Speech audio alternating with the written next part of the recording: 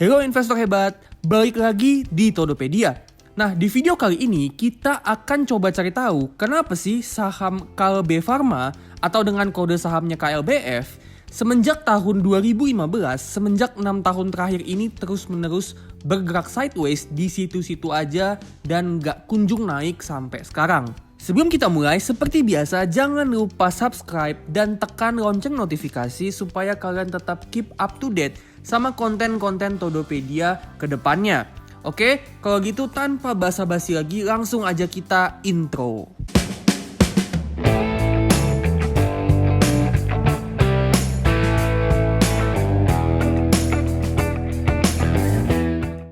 Oke, di sini kita udah ada chartnya saham KLB Pharma. Di sini kita bisa lihat bahwa harga saham KLB Pharma secara jangka panjang kita bisa lihat dari sini kalau sampai tahun 2014 dari tahun 2010 harga sahamnya terus bergerak naik.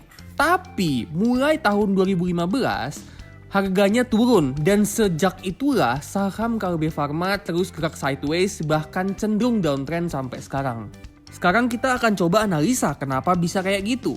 Kalau kita mau analisa pergerakan harga saham secara jangka panjang, maka kita perlu analisa dari sisi fundamentalnya.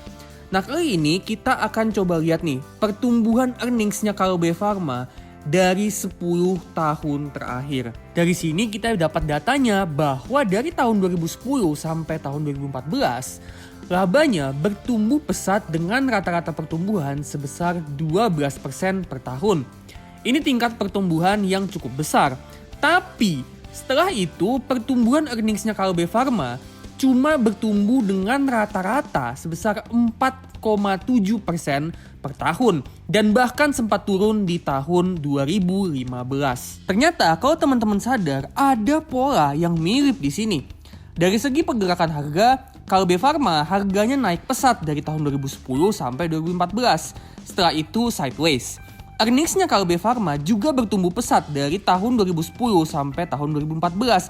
Dan setelah itu laju pertumbuhannya melambat. Jadi dari kemiripan pola ini kita dapat gambaran bahwa alasan pertama kenapa KLB Pharma sampai sekarang masih gerak sideways itu adalah karena pertumbuhannya yang melambat. Dalam hal ini pertumbuhan laba. Dari sini kita juga bisa dapat pelajaran bahwa dalam jangka panjang harga saham akan cenderung mengikuti kondisi fundamentalnya. Ketika pertumbuhan KLB Pharma melambat, maka kenaikan harganya pun ikut melambat atau bahkan nggak naik sama sekali. Kenapa? Karena investor akan cenderung berpindah ke saham lain yang lebih cepat pertumbuhan labanya dan potensi pertumbuhan ke depannya itu juga besar. Loh, tapi kan kalaupun labanya naik pelan-pelan, kalau harga saham akan cenderung mengikuti, ya kan? Berarti at least kan harga sahamnya juga naik meskipun mungkin juga pelan-pelan naiknya. Tapi kenapa KLB Pharma malah sideways terus-menerus? Nah, pertanyaan ini membawa kita pada alasan nomor 2, yaitu valuasinya yang kemahalan. Dari tahun 2010 sampai 2014, laba dari KLB Pharma tumbuh dengan pertumbuhan rata-rata sebesar 12%. Tapi dalam kurun waktu yang sama juga, harga sahamnya naik dengan pertumbuhan rata-rata sebesar 29,6%. Jadi laju kenaikan harga sahamnya jauh lebih cepat daripada laju pertumbuhan labanya. Alhasil, KLB Pharma mencapai price to earning ratio sebesar 42 kali di awal tahun 2015. Ini adalah price to earning ratio yang terlalu mahal untuk KLB Pharma yang waktu itu rata-rata price to earning ratio-nya ada di kisaran 30-35 kali. Nah, karena itulah makanya harga saham KLB Pharma kemudian menyesuaikan dengan valuasi wajarnya. Apalagi kemudian diperburuk dengan labanya yang sempat turun di tahun 2015. Makanya harganya terus-menerus sideways. Ditambah lagi dengan pertumbuhan labanya yang kemudian setelah tahun 2015 ini malah melambat. Dan saking lambatnya, di 5 tahun kemudian yaitu di tahun 2020 pun pergerakan harganya masih sideways.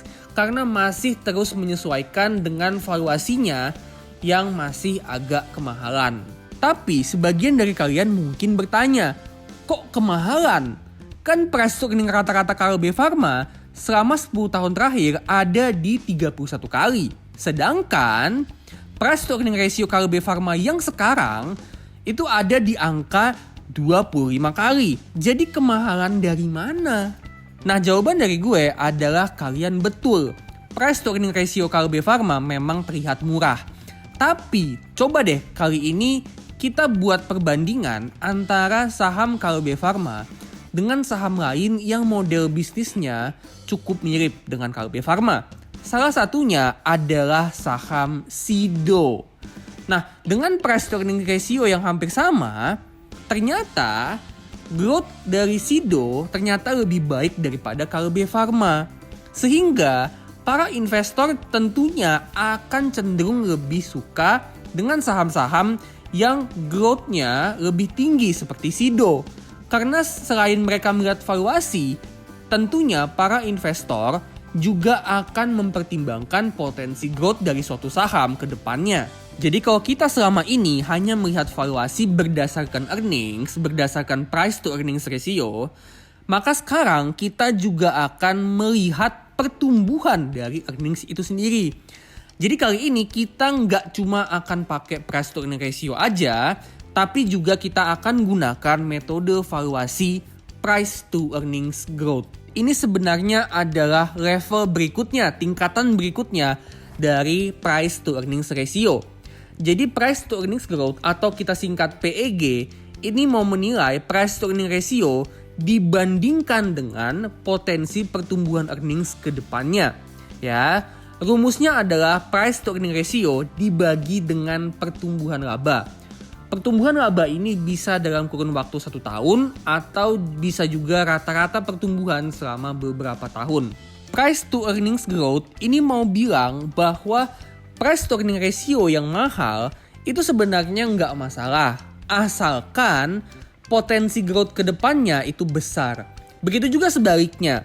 Jika price to earnings ratio-nya murah, maka price to earnings growth ini mau bilang bahwa kalaupun price to earnings ratio-nya murah, tapi kalau pertumbuhan earnings-nya lambat, maka ya sama aja itu bukan investasi yang bagus. Itu bukan saham yang bagus untuk diinvestasikan dan bisa jadi berpotensi untuk jadi value trap.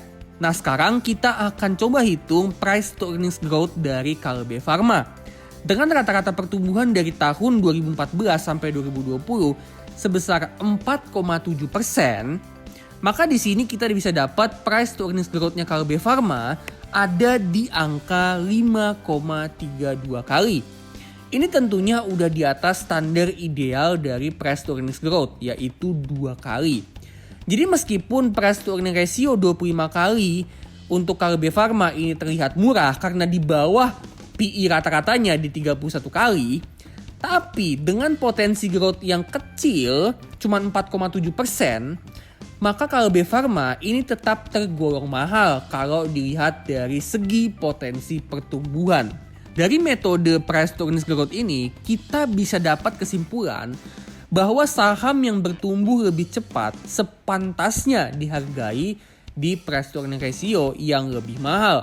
Dan begitu juga sebaliknya, saham yang bertumbuh lebih lambat, earnings per share-nya bertumbuh lebih lambat, itu sepantasnya dihargai di price to earnings ratio yang lebih murah. Terus, kalau kita hitung nilai intrinsiknya Kalbe Pharma dengan menggunakan metode discounted dividend model, dengan asumsi growth 4,7% dan terminal value di valuasi price to earnings ratio sebesar 25 kali, maka kita dapat harga wajarnya di harga 1060. Sedangkan Kalbe Pharma sekarang bergerak di rentang 1400 sampai 1500-an. Jadi kita dapat kesimpulan di sini bahwa price to earnings ratio sebesar 25 kali ini masih terlalu mahal untuk Kalbe Pharma. Meskipun secara price to earnings ratio yang sekarang ini masih di bawah rata-rata price to earnings ratio-nya Kalbe Pharma selama 10 tahun terakhir. Oke, kita lanjut. Selanjutnya kita masuk ke alasan nomor 3, yaitu dividend yield-nya yang kecil. Nah, di harga sekarang dividend yield Kalbe Pharma itu cuma sebesar 2,2%. Ini tentunya tergolong kecil ya dibandingkan dengan dividen yield saham-saham blue chip lainnya dari sektor consumer goods seperti Sido, Unilever, dan ICBP. Nah, karena ketiga alasan itulah akhirnya investor ngerasa bahwa masih banyak kok saham lain dari sektor consumer goods yang memang lebih potensial. Dan mereka pun switch ke saham-saham tersebut. Dan alhasil Kalbe Pharma pun kesulitan untuk naik lebih tinggi. Jadi kalau ditanya, apakah saham Kalbe Pharma masih bagus secara fundamental? Apakah saham Kalbe Pharma masih tergolong blue chip? Jawabannya adalah jelas iya, masih bagus. Tapi masih banyak saham-saham lain dari sektor consumer goods yang lebih potensial. Terutama dari segi potensi growth, terus juga lebih murah secara valuasi, dan dividen yield-nya lebih besar daripada Kalbe Pharma. Oke investor hebat, itu dia 3 alasan kenapa saham Kalbe Pharma masih bergerak sideways dan kesulitan untuk naik. Sebelum gue tutup, gue akan disclaimer on bahwa video yang gue bawa ini sifatnya cuman analisa, bukan ajakan untuk jual maupun beli saham Kalbe Pharma. Semua keputusan untuk jual maupun beli saham Kalbe Pharma semuanya di tangan kalian 100%. Dan gue gak bertanggung jawab atas segala bentuk kerugian yang kalian dapatkan dari saham Kalbe Pharma. Nah, kalau gitu jangan lupa like, comment, and subscribe channel Todopedia karena masih banyak banget konten-konten yang masih akan gue bawakan ke depannya. Oke, kalau gitu gue pamitan dulu. Salam cuan, salam profit, dan salam Todopedia.